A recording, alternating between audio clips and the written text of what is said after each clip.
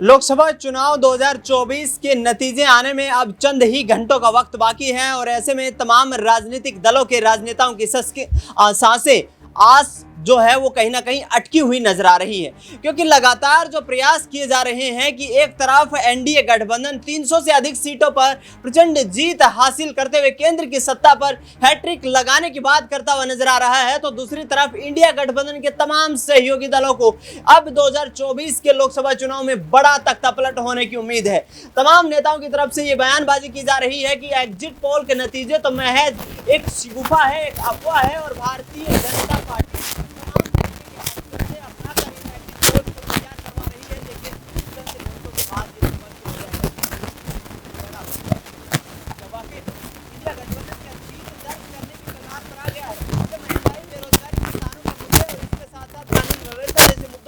राजनीति करने वाली कांग्रेस पार्टी अब केंद्र की सत्ता में काबिज होने जा रही है, लेकिन विपरीत परिस्थितियां होते हुए भी नेताओं का जो आत्मविश्वास है वो चरम सीमा पर है।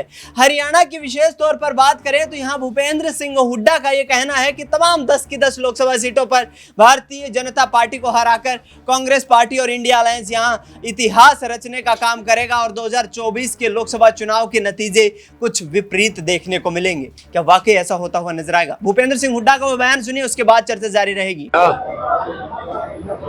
सर, जिस तरीके से कल एग्जिट पोल आए तो एग्जिट पोल में भारतीय जो एनडीए गठबंधन है उसकी पूर्ण बहुमत की सरकार दिखाई जा रही है। देखिए, एग्जिट पोल तो अलग बात है, पोल तो लोग हैं, 4 तारीख को इंतजार करेंगे, आपके सामने आ जाएगा। लेकिन हरियाणा का भी 6-4 का जो है वो दिखाया है। हरियाणा हो चाहे कोई हो, 4 तारीख की इंतजार करो, ये सब नहीं कोई जरूरत है, तो लोग फैसला करेंगे, वो मंजूर हमारे को।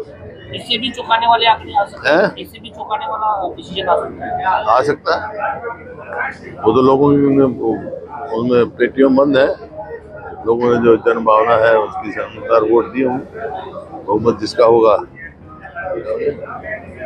क्योंकि आपने कहा था कि साउथ में साफ है और नॉर्थ में हाफ है और उनका गिर गया ग्राफ है, लेकिन साउथ में अब भी कह रहा हूँ, आप निकाल लो ना, 4 तारीख का इंतजार करना, 4 तारीख को देखो। और एक बार फिर कल मुख्यमंत्री नायब सैनी यहाँ पर थे और जब उनसे सवाल किया गया एक बार फिर से, वो अधिकारियों को लेकर काफी सख्त नजर आ रहे हैं। बौखलाहट की भाषा है और इसका मतलब उन्होंने हार स्वीकार कर ली है। नायब सैनी ने कल कहा कि हुड्डा साहब दिन में सपने देख रहे हैं। हुड्डा साहब दिन में सपने देख रहे हैं, नायब सैनी ने कहा। क्या कर दिया? दिन में सपने देख रहे हैं। दिन में सपने देख रहे हैं हुड्डा साहब। वो देख रहे हैं, वो देख रहे हैं। मैं तो कभी देखा नहीं, मैं तो राजनीति में पैदा हुआ हूँ, समझे ना। उतराव चढ़ाव मैंने बहुत देख रखे हैं, जिनमें सपने देखते नहीं, हम तो लोगों के सपने देखते हैं, लोगों के भला करते हैं। काम किया। दिल्ली के पानी को लेकर के भी उनका ये कहना था कि जितनी उनकी डिमांड है और जितना एमओयू साइन हो रखा है उससे ज्यादा पानी को लोग दे। ये अपना हिस्सा ही नहीं ले सकते। भाखड़ा मैनेजमेंट में इरिगेशन मेंबर सदा हरियाणा का रहा और वहाँ का चेयरमैन हिमाचल से नहीं बना, इन दोनों काम करा दिए इरिगेशन मेंबर ने। वहाँ से जो हमारा हिस्सा बनता वो भी पूरा नहीं ले सकते, इतनी किल्लत पड़ रही है। बिजली का 1 यूनिट बिजली नहीं लगाई इन्होंने, 10 साल बेकार कर दिया है। और जब सुप्रीम कोर्ट ने फैसला कर रखा है SYL के बारे में हरियाणा के हिस्से में, तो क्यों नहीं इम्प्लीमेंट कराते? बीजेपी की सरकार यहाँ पे भी और दिल्ली में भी। अब विधानसभा चुनाव होने वाले हैं सर, संगठनात्मक रूप से कांग्रेस की क्या स्ट्रेटेजी रहेगी? क्योंकि बहुत से लोग इंतजार कर रहे थे कि संगठन एक बार फिर से बढ़िया तरीके से तैयार हो, जो पद नहीं बने। हमारा संगठन तो लोग हैं भाई, लोग, हम तो घर घर तक पहुंचे हुए हमारी पार्टी तो जो संगठन बनना था तक बन जाएगा, लेकिन संगठन का तो यही होता है ना, घर घर तक पहुंचे। हम तो ऑलरेडी घर घर तक पहुंचे हुए हैं। वो लोग भी पन्ना तक पहुंचे, उन्हें तो पन्ने तो पट गए। देखे नहीं, कहाँ पन्ने दिखे? कहाँ पन्ने? वो मुख्यमंत्री एक्सपोर्ट चीफ मिनिस्टर हारेगा पन्ना। सर, जिस तरह से हरियाणा में आंकड़े दिखाई दे रहे हैं, क्या ये सरकार के प्रति नाराजगी है लोगों की? और कोई राजी है? हर वर्ग से विमुख हो चुका है। किया क्या 10 साल में इन्होंने? एक इंच रेलवे लाइन लगाई नहीं, एक बिजली की यूनिट बनाई नहीं, 2 लाख नौकरी खाली हैं, युवाओं के साथ जो है उनके भविष्य के साथ खिलवाड़ हो रही है। कल ही तो हाईकोर्ट ने फैसला किया है। इसी फैसले के खिलाफ सुप्रीम कोर्ट जाने की बात जाने वो सारे फैसलों के खिलाफ गए, लेकिन आप लगता है ये इनकी वो है, कोई भी नौकरी निकलते है उसमें कोई ना कोई कमी छोड़ देते हैं ताकि देना ही नहीं चाहते लोगों को। तो कहीं ना कहीं ये जो रोजगार निगम बना रखा है, कौशल रोजगार निगम, क्या है? ना तो पक्की नौकरी हो, ना तनख्वाह पूरी, ना रिजर्वेशन, ना मेरिट, तमाशा बना रखा है। लोगों युवाओं के भविष्य के साथ खिलवाड़ की जा रही है। 2 लाख इसी वास्ते आज पक्की नौकरी खाली है हरियाणा में। कांग्रेस सरकार बनते ही ये सब हटाए जाएंगे। क्या चीज? कौशल रोजगार है, इस तरह की उसका कोई औचित्य नहीं। हम तो पक्की नौकरी देंगे, 2 लाख नौकरी देंगे लोगों को, ताकि उनका भविष्य बने, उनके बच्चे पढ़े, आगे भविष्य का निर्माण हो। युवाओं के साथ खिलवाड़। तो सुना अपने हरियाणा में नेता प्रतिपक्ष चौधरी भूपेंद्र सिंह हुड्डा ये कहते नजर आ रहे हैं कि नायब सिंह सैनी एक तरफ विधायकों का विश्वास खो चुके हैं तो दूसरी तरफ केंद्र की सत्ता में वापसी का रास्ता कांग्रेस पार्टी ने तय कर लिया है। इन तमाम पहलुओं पर चर्चा करेंगे। नाजमीन मेरे साथ मौजूद हैं। नाजमीन, किस तरीके से देखती हुड्डा का यह बयान कि बीजेपी कहीं ना कहीं और कॉन्फिडेंस में दिखाई दे रही है, चंद घंटों के बाद स्थिति स्पष्ट हो जाएगी? क्या कांग्रेस पार्टी 10 की 10 लोकसभा सीटों पर फाइटिंग टोटल में दिखाई दे रही है? देखिए, अगर हम 2019 की बात करें जहां भारतीय जनता पार्टी 10 की 10 सीटें जीत जाती हैं, तो ये मुमकिन नहीं है कि 2024 में भी वो 10 की 10 लोकसभा सीट जीत जाएं। लेकिन कांग्रेस पार्टी भी यहां पर 10 की 10 सीटें नहीं जीत सकती। मुकाबला कड़ा माना जा रहा है। मुकाबला कुरुक्षेत्र में हो, हिसार में हो, सिरसा में हो, रोहतक में हो, यहाँ पर बात करें तो एक कड़ा मुकाबला देखने को मिल रहा है। लेकिन अगर हम बात करें रोहतक की, सिरसा की, तो कहीं ना कहीं कांग्रेस पार्टी यहाँ पर आगे निकलती हुई नजर आ रही है। दीपेंद्र सिंह हुड्डा रोहतक में जीतते हुए नजर आ रहे हैं। कुमारी सैलजा की बात करें, वो भी भारतीय जनता पार्टी के प्रत्याशी से आगे नजर आ रही है। यानी कि इस बार के चुनाव में भारतीय जनता पार्टी के पास 10 नहीं लेकिन कम से कम 5 सीटें तो आएंगी। यानी कि 5 सीटों का नुकसान इस बार के चुनाव में भारतीय जनता पार्टी को उठाना पड़ सकता है, जिसका सबसे बड़ा कारण हरियाणा में उठ रहे वो मुद्दे, जो किसानों का मुद्दा हो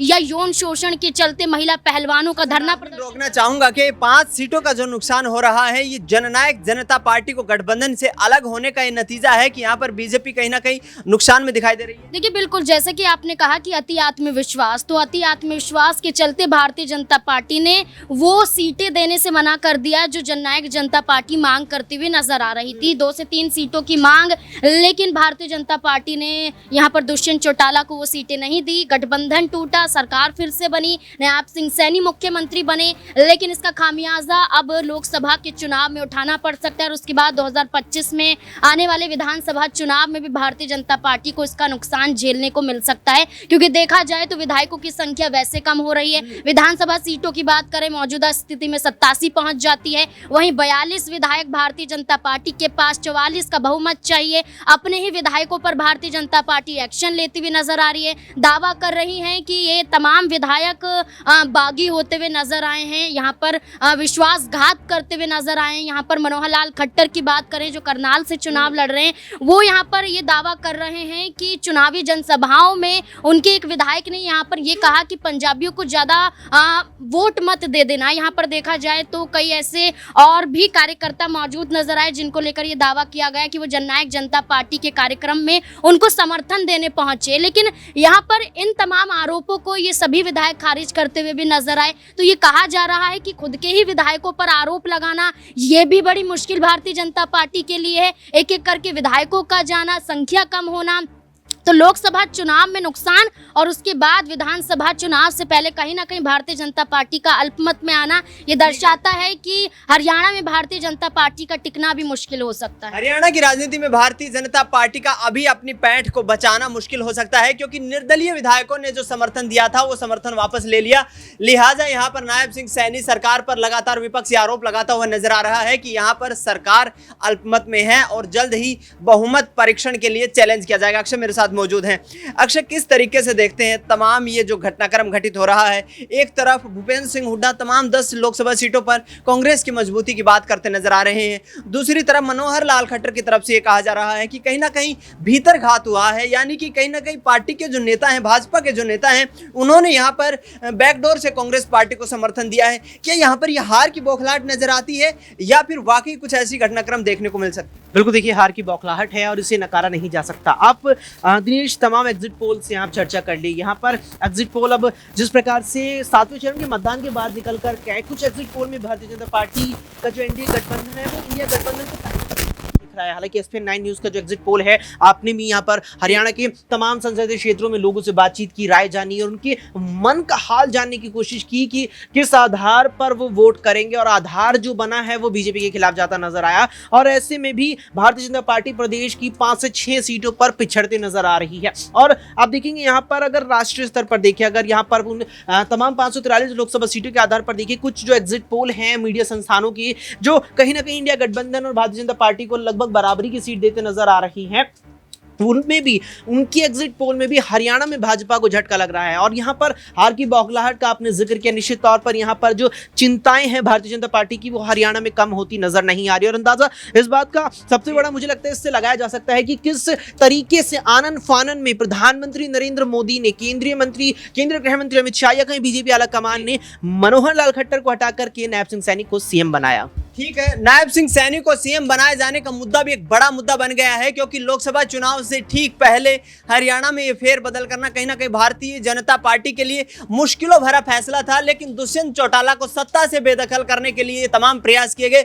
लिहाजा बीजेपी को यहां पर लोकसभा चुनाव में हार चुकाकर इसका खामियाजा भुगतना पड़ सकता है। अब देखना यह होगा कि हिसार लोकसभा सीट, जहां पर रणजीत सिंह चौटाला चुनाव लड़ते हुए नजर आए, उन्होंने कहा कि चौधरी देवीलाल की विरासत को संभालने का काम सिर्फ हमने किया है, अन्य लोगों ने तो यहां सिर्फ राजनीतिक लाभ उठाया। तो ऐसे में देखना ही होगा कि चौटाला परिवार जो बिखराव की स्थिति में है इस वक्त, और दुष्यंत चौटाला जो कहीं ना कहीं किंग मेकर की भूमिका में नजर आ सकते हैं, यहां पर क्या हुड्डा के साथ मिलकर 4 जून के बाद कोई बड़ा राजनीतिक कदम उठाने वाले हैं, और क्या हरियाणा में बीजेपी की सरकार धराशायी होने वाली है। फिलहाल न्यूज रूम से इस खास कार्यक्रम में इतना ही। देश दुनिया की तमाम बड़ी खबरों के लिए आप देखते रहिए SPN9 न्यूज।